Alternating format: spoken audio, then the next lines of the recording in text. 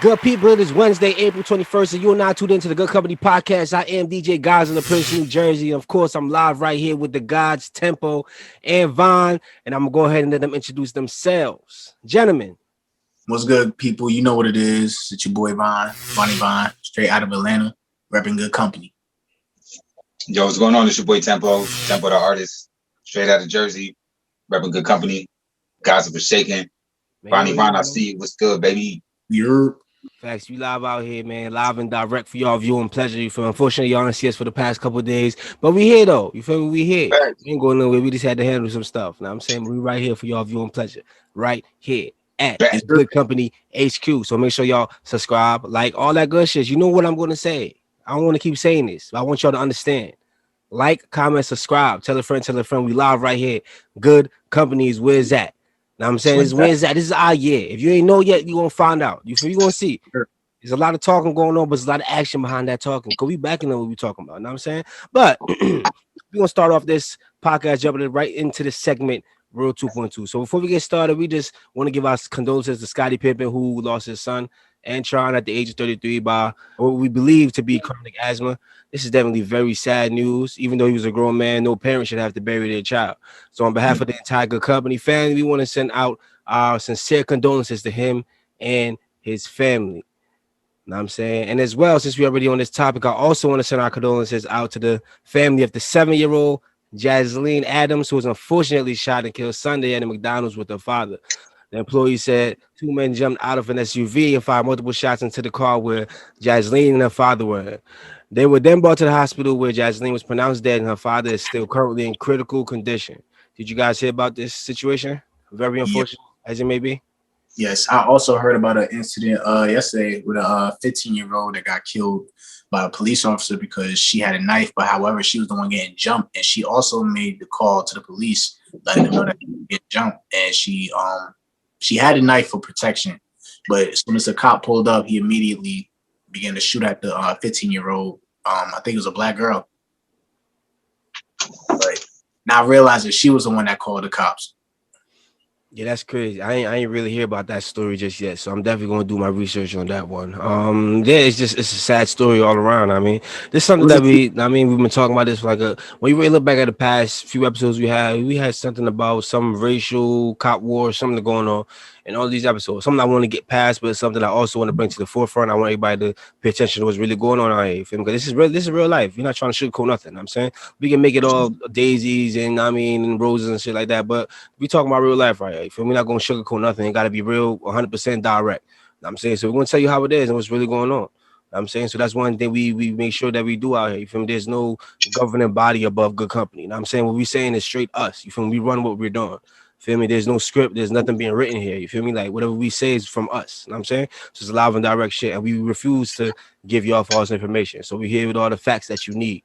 I mean, so like I said, apologize. We haven't been here for a couple of days. I mean, but we right back here with all the facts that you need, straight, live and direct from the Good Company HQ. All right. So, Temple, what you think about that? I mean, honestly, bro, it's annoying. It's annoying, guys. I'll be honest. I know. We've gone through this like for the last like 3-4 episodes. It's like every day we can't even finish addressing the situation that we were talking about in the previous pod because the next pod there's another situation that happened, and it's just like, do you see the trend?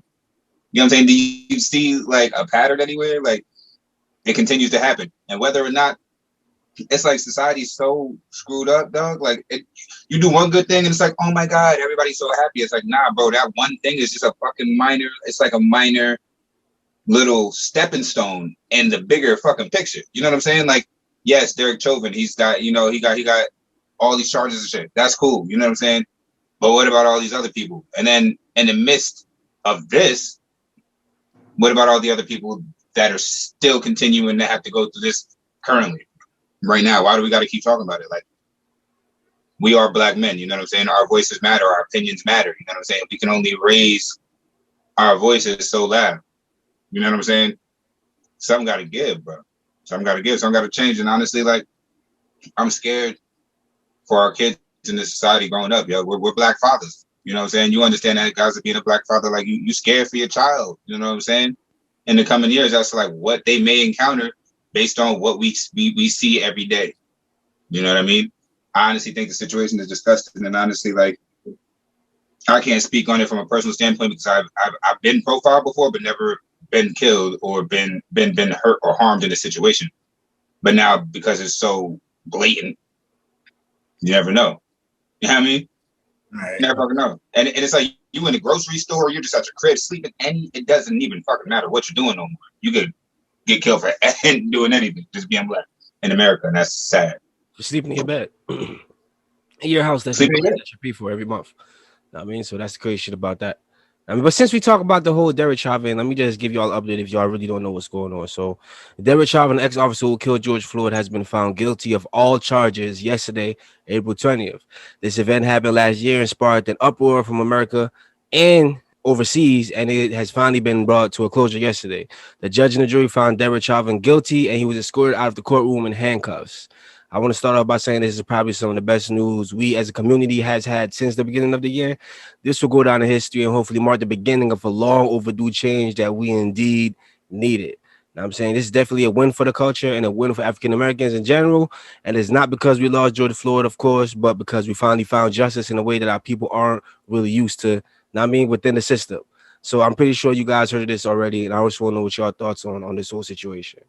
I'm saying it's really crazy. It took a year. It's just been going on for like over a year. I'm saying, and this is like the first time, like all charges. And I'm saying usually they all like this is like we got to take this as the situation is a bad situation overall. I would rather him be alive than anything, but because we can't take the past, I mean, what's done is done. You feel me? And I'd rather the light be on the situation because it's already been done. So I'd rather the light be put on that situation. Now I'm saying to the point where we get some type of justice out of it, then it be treated like every other black case where they just sweep it on the rug or you think about it and nothing changes. And I'm saying this is something that sparks something, and we got to win out of this. You got to take it as a win because at the end of the day, usually through the system, it never happens like that. When I mean the cop has to go to jail, like leaves in the room in handcuffs and shit like that. But think about it like this as well. What if they didn't find him guilty? You feel me? Like everybody was already ready to wow. Everybody was already tweak. Everybody was already like, you feel me? It was going to be crazy. Like if they found him not guilty, they will look. So you got to think about it. It's crazy. It's crazy. You got to look at both ends. You feel me? It's like they had a choice, but they didn't really have a choice. Because if they went with, I mean, like boom, all right, boom, he's not guilty. What would happen after that? See, but like the situation, it's like cops finally took a stand against cops for once. In the trial, if people pay attention to the trial, like there were actually cops testifying against their trial. Because it was blatantly right there for everybody to see. You know what I'm saying? So that's why it's like, all right, boom. This is not like they stepping up because a lot of shit that goes on that they don't talk about. But because it's already out there, if it wasn't pushed to the forefront like it was, it wouldn't be that much cops stepping in to do shit. Like I said, bro, it's a big ass gang. You feel me? Because they have because the evidence is against them. The right thing to do, like if they were to go against that, now they're looking suspicious now. Like, oh, what you mean? I'm saying the only thing that they could have did was find this motherfucker guilty. He had to take that charge, blatant as it was. You feel me?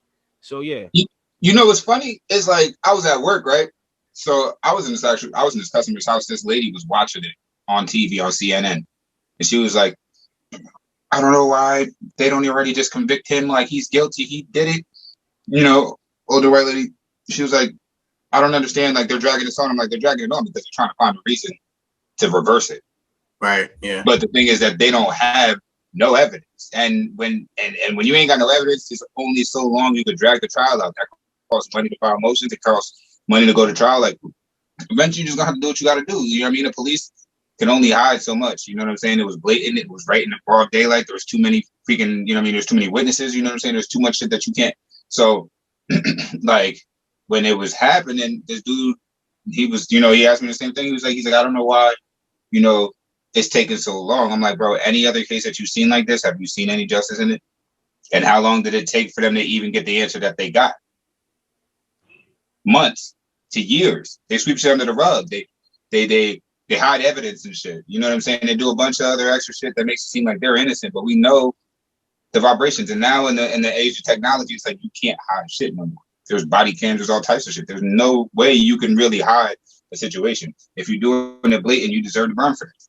And I seen that happen to somebody in my own town, bro. That's the crazy shit. You know what I'm saying? He had a warrant. They didn't even say nothing to him. They ran down on him at the store, beat him up to the point where he was like unconscious, and they had to drag him into the fucking police car. You know what I'm saying? And the cops have multiple cases and shit like that. How you gonna stop that? And then you gotta understand. And when it's with little shit like that, you're like, it's like you against the whole PD. Like they bring you in like that. All the cops are with that, bro. Cause none of the cops gonna be like, oh man, you should never did that. Everybody they dragged them in there, right? Nobody talked like nothing was wrong with that. Know what I'm saying? Like that's the problem that we have. You understand what I'm saying? And that's why we need footage. That's why we need cameras. You feel me? People get scared of cameras because they don't want people to see how they truly are, who they really are.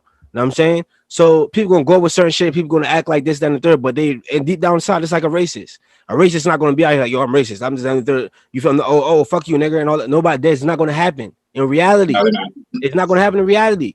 You feel me? That's what they hide. They don't want the camera there. If the camera's there to see what was really going on behind them closed doors, you'll be disgusted. A lot of people that we call friends, bro. Very disgusted in the shit that they do and shit when you're not there. Now I'm saying I don't put nothing above anybody, bro. I already know this shit. You hit the fucking you hit my bad, you hit the nail on the head. You keep going, but you fucking hit that shit perfect. Shit is crazy, man. We know people, bro. As a human being, you know how human beings are.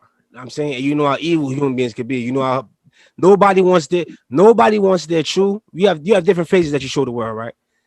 We all have a layer that not even our family know. Like we all have a layer that's just us. Our personal, deep, darkest, whatever is us. That just only us know. That we know. Everybody has that. Everybody has that layer that they don't want the outside world to see. Then you have the layer that you show the outside world. Now I mean, like it's crazy, bro. It's like different phases and different. I mean, faces that you put on to adapt to society. You know what I'm saying? Shit like that. So we know how people are. I'm pretty sure there's KKK rallies. I'm pretty sure there's meetings that only certain people know where they meet up, and they talk about black people. They talk about this and third, and they drink and they get drunk. That only these people know about. You feel me? Your neighbor. That's what I'm saying. This is real shit that's happening. The craziest shit. People got the craziest fetishes. People, just think how crazy people could be. There are people that's actually doing that crazy shit. The crazy shit you could think in your head, there's somebody out there that's doing it. Know what I mean? Craziest shit you could think in your head, there's somebody out there right now at this moment doing that shit. Know what I'm saying? Like it's nothing. So you gotta understand, man. That's just life for it. That's just life for it. But we gonna move on to the next topic. You feel me? Since it's just been a sad weekend. You feel me? We ain't talk about a lot, so we got to touch on certain things. So we also want to give our condolences to the late Black Rob. I mean, a hip hop icon. Know what I'm saying? He passed away this past weekend due to kidney failure, amongst other health issues. He gave us hits like "Can I Live" and "Whoa." Know what I mean? And is considered to be a hip hop legend amongst many people. I know you guys heard about this already. What are your thoughts on Black Rob? And are you familiar with music? Was he the same one that recently was released from the hospital? Yeah. Oh, that was him. Yeah. Wow. He's been dealing with kidney issues for years now. Because I know they released him out around the time DMX passed. Like literally, I think it was like the day after. Then boom. But he was giving his well wishes to DMX on his deathbed. The thing is with Black Rob that like, if you know Black Rob, if you know Black Rob, right? Black Rob, I feel like he was so underrated. He also got one of the most shitty deals in music history. I think his deal was pretty trash. You know what I'm saying? And he didn't, in a time of need when he really needed people, like the people that he made rich, they didn't really back him how he should have been backed. You know what I'm saying? Like. It's like whoa, and you know what I mean? Can I live and shit like all that? You know how much money Black Rob made Bad Boy? You know what I'm saying? Like it's crazy. It's just crazy because just whoa alone. Know what I mean? You know it's so crazy to the point where some people hear that song now and just don't even know the fuck they know it from. It's like, yo, that shit is just familiar. Like, yo, bring back something. It make you want to go back. Like, who the fuck made that song? But you know the song, but you don't know who it's from. Right. I mean, that's me. I ain't know that was him. I heard the song, bro, man. And honestly, here's the thing. Black Rob has been suffering, bro. Like Gaza said, he's been suffering. He admitted to having multiple like situations like that like multiple times where he had near-death experiences and shit. And nobody helped him. You know what I'm saying? I mean, obviously, you know, just like X, like we kind of knew that it was coming. You know what I'm saying? Like, if you've seen his interview, if you've seen where he was giving his tribute to DMX, like he looked like he wasn't gonna make it too far. He looked like he wasn't going. You know what I mean? But it's a sad day for hip hop culture because for true hip hop heads, you know, I mean, Black Rob definitely did a lot for the industry in a little bit of time that he got to shine, you know. So I mean, definitely rest in peace to him, you know. Like that shit sucks. That shit is definitely a downer, man. All right, so I'm a before anything, I mean, just give a quick moment of silence for Black Rob.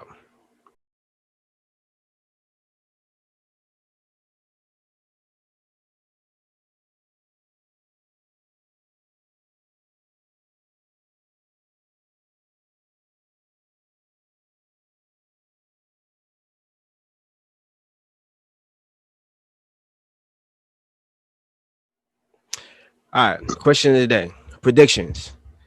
In the next 5 years, where do you see the hip hop industry being? As far as what kind of music are we going to be listening to?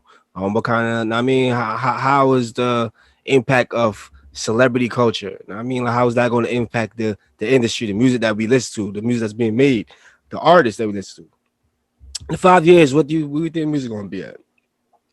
And I want you to think about previously, prior to today. What was music like 5 years ago? What was music like 5 years before that? I mean, think about that, and let's see where music is headed and where you think it's going to be in another 5 years from now.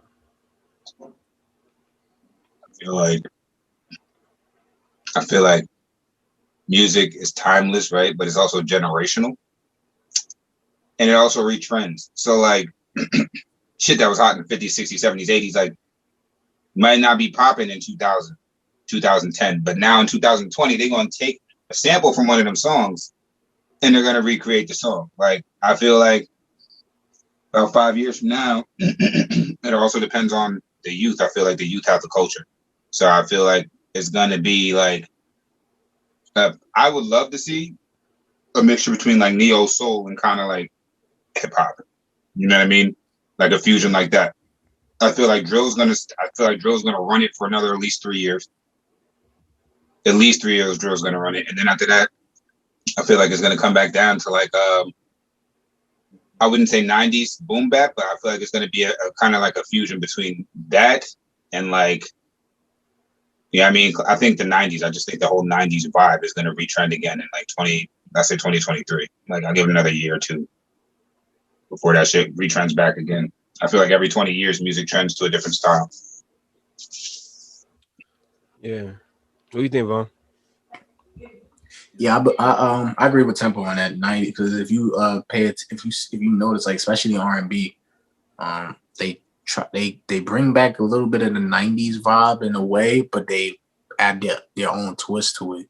So it's like I feel like it's possible for that to happen. Also, I think like Tempo said, it depends on the generation because at the end of the day, the culture is unpredictable. Like 5 years ago, I wouldn't never think like artists like Lil Uzi, not even 5 years, probably like no more than 10 years. I didn't think like SoundCloud rappers would turn into mainstream rappers. You feel me? Like with Lil Uzi, other rappers like the Migos, all of them. Like I used to hear them on SoundCloud and I hear them on the radio. It's like the culture is unpredictable. So it's they try to find different trends that will like I guess attract the audience, that attract the hip hop culture, so they could like basically never run out of I guess you could say ideas because they don't want to use the same thing. Like you can only use the same type of song or melody for so long, but it also depends on timeless music. Like they know they're gonna have timeless music at the end of the day, but like majority of the time, you're not gonna deal with timeless music. You're just gonna deal with music for the moment. So they really focus on that moment that will like carry on for at least 2 or 3 years, which will give them time to find a whole nother generation of music that'll connect with the culture. And that's another thing. As long as hip hop, they find a way to connect the audience with the culture, with the music, anything can happen. Okay. I guess only time will tell. You feel me? So I guess in like 5 years, you probably go back, look at this probably. Like, yeah, what do you think? And where he's gonna be at. You know what I mean? But only time will tell, really. But with that being said, we go hop into this opportunity segments real quick. I'm gonna let my man Vaughn the guy take it away. Pretty sure you got something you want to say to everybody real quick. Let's get into that. Vaughn. Yeah, so I got a fun fact the other day for each and every one of y'all. So Monday declared 27 years of Nas's debut album, Illmatic, which is currently going platinum right now. It includes songs such as One Love and My State of Mind, The World Is Yours, and more other features. There was a versus battle between Redman and Method Man, these two legendary artists that changed the game back in the early, around I want to say 90s. You know what I'm saying? They definitely made an impact on the hip hop culture. And also, they was also on the radio on the Breakfast Club. And Redman he had a lot to say based on today's rappers. I like the energy. He definitely, you feel me? He definitely showed his like how he truly felt. You know what I'm saying? Like he also mentioned how like none of the today's rappers would even want to perform. Like if they were to be on stage, would want to perform after Redman and Method Man because they laid the foundation. Like they feel like there's no other artist that's today's artist bigger than them, and they don't. You know what I'm saying they feel like today's artists want to match that type of energy or that type of performance that they bring to the table. So definitely shout out to them for bringing up that versus battle and definitely bringing back that feel good hip hop. All right, man. That's my boy Vaughn with the facts for y'all, man. And you already know we're gonna jump right into this next segment. My boy Tempo about to take it away. Tempo, it's popping. What's going on, man? Who got the juice? Yeah, I mean, who got the juice? Now, when you think about the juice, right? You think about the movie Juice, maybe. You know what I'm saying? You think about like power, right? So when I think about power, I remember they said, you know, the strongest person is not the person that's the most physically strong, but the most mentally strong, right? So like having the juice don't just mean, you know what I mean, you got the power. Don't just mean you got the brawn. Having the juice means you got it all. You know what I mean? And in order to be successful, right, you gotta have the juice. You can't be a boss, right? You can have a boss. You can have people that run the show, right? But you having the juice, that means you control the outcome of the situation, no matter who is in charge or whatever the situation goes. You see what I'm saying? I'm saying like this. We all work, like, if you work for somebody, right? I work for my boss, but I got the juice. So at the end of the day, when I'm out in the field and I'm doing my job, I'm going to do my job so good to the point where everybody that just witnessed me do my job is going to rant and rave about how good,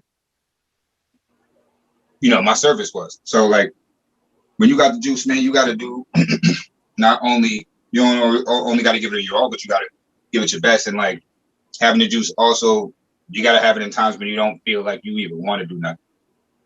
When you feel like you ain't got no more left, you tired, you burnt out, you been beat down, you know what I mean? Shit too crazy for you. You get up and you just get that one little burst of energy. You know how like when you overwork yourself and you get that little second wind, then you feel like you can do anything. It's like that's when you know that the juice is working. You know what I'm saying? You seen Space Jam, right? You seen like when they was all tired and they was down and they was out.